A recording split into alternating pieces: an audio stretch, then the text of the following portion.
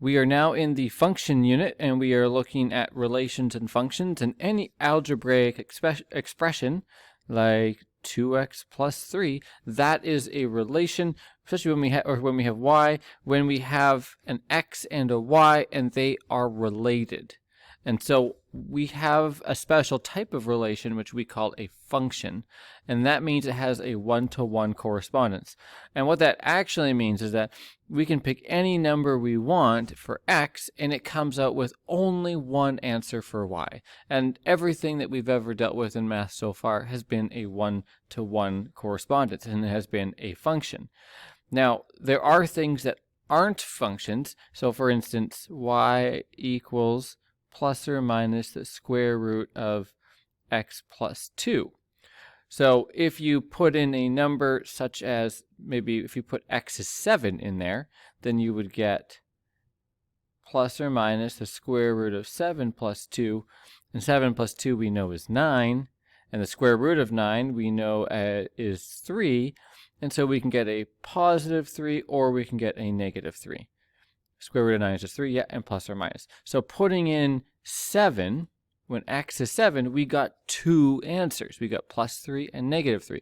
And that's because of this part right here, the plus or minus. That kind of screwed things up. So this is not a function. This is not a function at all, because we could put in an x and we would get two possible solutions for y. They need to be one-to-one.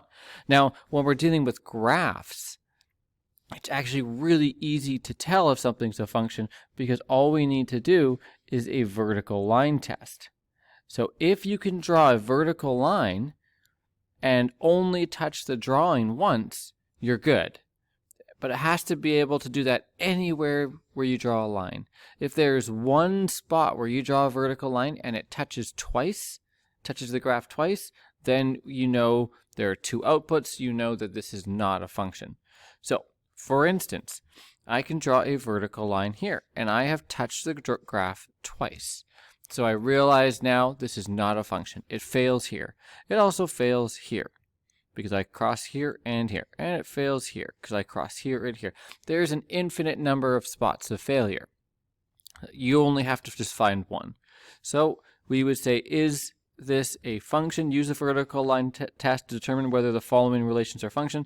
So is this thing a function? We can say no. No, it is not. How do we know it's not? Because it doesn't pass the vertical line test. I can draw a vertical line and draw across the graph twice. So here, let's take a look at B. You can start drawing all of these vertical lines, and every single time you draw it, it's only going to touch the graph once. So we can say, yes, this relation is a function. Okay, now we're taking a look at C here. Now, C has these filled in circles and open circles. Open circles mean that it's not part of the graph. Closed circles mean it is part of the graph. So I can draw a vertical line here, I only touch once. Draw here, I only touch once. So this spot right here looks like maybe it would cross twice. It crosses here and here, but that's not actually the case, because that's an open circle. So I'm safe here. I cross here, I cross where I circled, but I do not cross here. So I'm okay. And I think, oh, maybe there's a vertical line problem here. So I cross there. However, I'm okay there because it's an open circle. So is this thing a function? Yes, it does pass the vertical line test. So sometimes it's nice to draw a line there and just kind of check it off. Yeah, that still works. Yep, that still works. So take a look at D. Okay, so it looks like maybe there could be a problem spot here, because I cross there, but I don't actually cross there just because there's an open circle. So that line is good. Here, okay, so here they're both filled in. So I cross there and I cross there. That's a problem. So is this thing a function? No. It is not, because it touches the graph twice. So we have no, yes, yes, and then no. Now let's take a look at something called domain and range. Now every equation, like y equals 2x plus 3, which we had to graph sometimes, or any equation has a domain and range. And it's actually quite difficult to see the domain and range in its algebraic form, which is why we're looking at domain and range in a graphical form. But remember, they do have x's and y's. So if I take a look at this is my y-axis, and this is my x-axis. And you can take a look here. Actually, maybe I'll do this in red. Y. 1, 2, 3, 4, 5, 6. -1, -2, -3, -4, -5, -6. And then my x direction. 1, 2, 3, 4, 5, 6. -1, -2, -3, -4, -5, -6. And the idea behind domain and range when looking at graphs, the easiest way to think about it for myself is when you're doing your graph, when you're drawing your graph. So as I was drawing it, what are all of the, let's take a look at range first. Range is what are the heights that you get to as you're drawing. How high does this graph go? How low does this graph go? And kind of anywhere in between. So I see here that, if I can change, I can see here that if I started on the left, I'm at a height of 5. So I'm at a height of 5, and as I draw, I'm at a height of 4, then I'm at a height of 3, then I'm at a height of 2. So I'm at a height of 5, and I draw until I go to -5.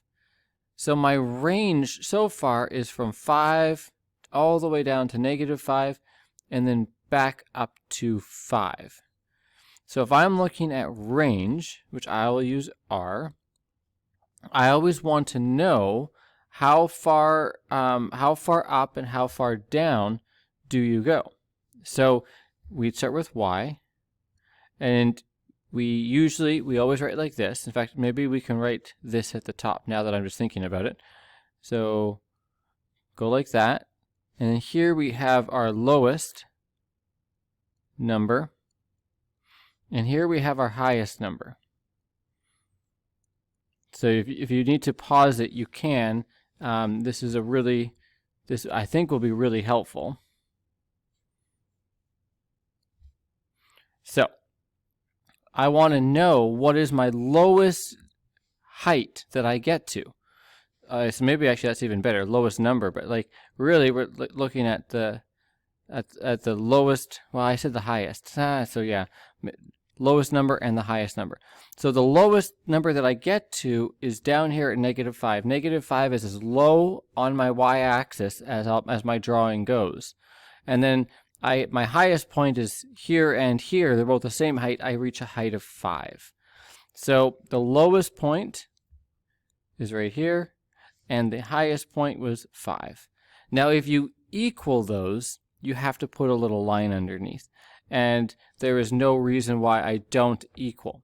If I had this drawing as an open circle on both sides, okay, then I wouldn't put the line on. And if down here there was an open circle at the lowest point, okay, then I wouldn't put the line on as well. But that's not the case, so I have to put that line there to indicate that it does actually equal. Okay, now I have to do domain. So domain is D,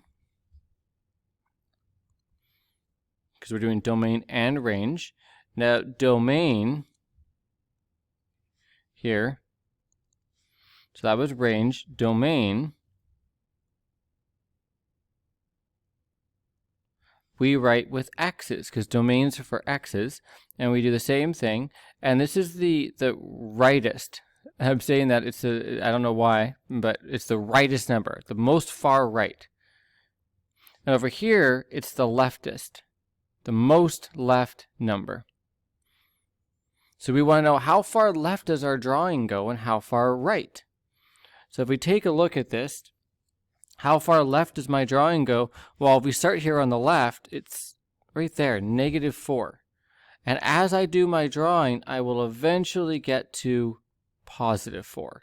So I start on the left, and of course this thing goes up and then down. Like I realize that it does go up and down, but I'm just taking a look at the x-axis here, and it starts here, it starts at -4, and then I do my drawing, and it ends up here at +4 at the end of my drawing. So how far left does this drawing go? Well, it goes to -4,